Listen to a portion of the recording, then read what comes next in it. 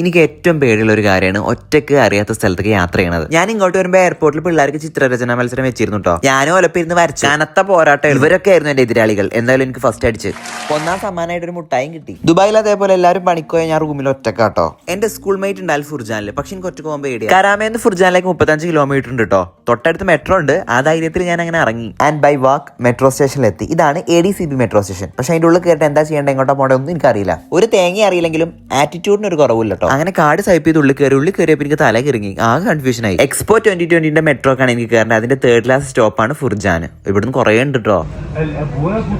മെട്രോയിൽ പോകുമ്പോൾ നമുക്ക് Dubai frame, future museum, Burj Al Arab, Burj Khalifa ഒക്കെ കാണാം. അങ്ങനെ ഫുർജാൻ എത്താനായപ്പോ എനിക്ക് കുറച്ച് ധൈര്യമൊക്കെ വന്നിട്ടോ.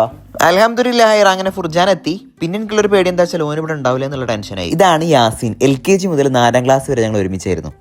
അങ്ങനെ പിന്നെ അവിടുന്ന് നേരെ ഓന്റെ പേരേക്ക് പോയി. നല്ല ഭംഗിട്ടോ ഈ സ്ഥലം കാണാം. അവിടെ എത്തിയപ്പോൾ എന്റെ അമ്മച്ചിയുടെ സ്പെഷ്യൽ മട്ടൻ മന്തി ഉണ്ടായിരുന്നു. അതിന്റെ ഇടയിൽ എന്റെ അമ്മ വിളിച്ചിട്ട് ഒരു കുടുംബമൊക്കെ തെളിയിച്ചിട്ടോ.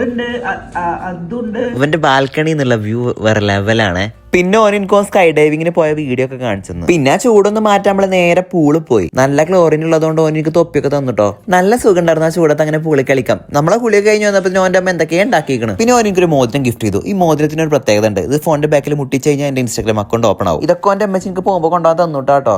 അങ്ങനെ വലിയൊരു കവറായിട്ട് അവനോട് യാത്രയും പറഞ്ഞ് 2ാം ക്ലാസ് ഗ്രൂപ്പിൽ ഞങ്ങളെ ഫോട്ടോ ഇട്ട് ഞാൻ പിരിഞ്ഞ്.